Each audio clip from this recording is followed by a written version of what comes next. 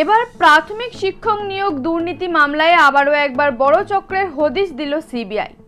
জানিয়ে কলকাতা হাইকোর্টে নতুন করে একটি বিস্তারিত রিপোর্ট জমা দিয়েছে সিবিআই। এই রিপোর্টের সঙ্গে সিবিআই যুক্ত করেছে চার্জশিটের কপি। সিবিআই কলকাতা হাইকোর্টকে জানিয়েছে ভুয়ো ওয়েবসাইট তৈরি করা হয়েছিল আর সেটাকেই ঢাল করে কাজ করছিল চক্রটি। ওই চক্রের মাধ্যমে 310 জন অযোগ্য প্রার্থীকে চাকরি দেওয়া হয়েছিল। মঙ্গলবার কলকাতা হাইকোর্টের বিচারপতি রাজশেখর মান্থার এজলাসে জমা পড়েছে ওই রিপোর্ট। এবার তা নিয়ে পরবর্তী শুনানিতে আদালত পদক্ষেপ করতে পারবে বলেই মনে করা হচ্ছে। এই চক্রে অনেকেই যুক্ত ছিল, তাদের বিশেষ বিষয়ে জমা দেওয়ার রিপোর্ট সব উল্লেখ করা হয়েছে। এই বিষয়ে সিবিআইয়ের বক্তব্য, কুন্তল ঘোষ, তাপস মণ্ডল এবং কয়েকজন প্রভাবশালী এই চক্রে জড়িত ছিল। তাদের অশুভ আঁতাত এই কাজ করতে সাহায্য করেছিল। তারা বেআইনি পথে চাকরি পাইয়ে দিয়ে বিপুল অর্থ কামিয়েছিল। গোটা ব্যাপারটি একটা চক্রে তৈরি করেছিল।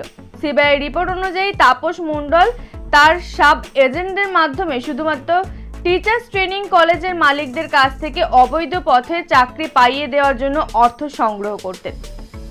এদিকে এই চক্রে বেশ কিছু এজেন্ট কাজ করত, যাদের মাধ্যমে টাকা উঠে আসতো।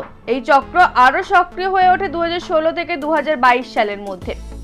এই কাজ করতে তাপস মণ্ডল তার 8 জন এজেন্ট রাখেন, যাদের মাধ্যমে 141 জনের কাছ থেকে 4,12,85,000 টাকা সংগ্রহ করেছিলেন তাপস মণ্ডল। আর কুন্তল ঘোষকে 5,23,00,000 টাকা দিয়েছিলেন তাপস মণ্ডল, সেটাও এই চক্রের মাধ্যমেই।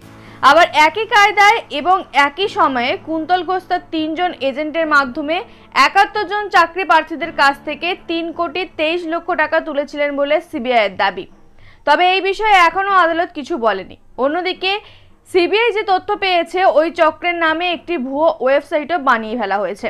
ওই ওয়েবসাইটের মাধ্যমে টেট পরীক্ষার অকৃতকার্য প্রার্থীদের পাশ করানো হচ্ছে বলেই দেখা যাচ্ছে। আসল ওয়েবসাইটের মতোই দেখতে ছিল, প্রতারণা করার জন্য ওই ওয়েবসাইট। ভুয়ো ইমেল আইডি থেকে মেল পাঠানো হতো, ইন্টারভিউয়ের জন্য ডেকে পাঠানো হতো। এরা আসলে সবাই ফেল করা প্রার্থী। তারপর পুরো কাজটি করা হতো। 2017 সালে 752 জন চাকরি প্রার্থীর একটি তালিকা প্রকাশ হয়। তারা প্রত্যেকেই অযোগ্য প্রার্থী। ওই 752 জনের মধ্যে 310 জনকে চাকরি দেয় প্রাথমিক শিক্ষা পর্ষদ। গোটা প্রক্রিয়াটি এইভাবে ঘটেছিল চক্রের মাধ্যমে।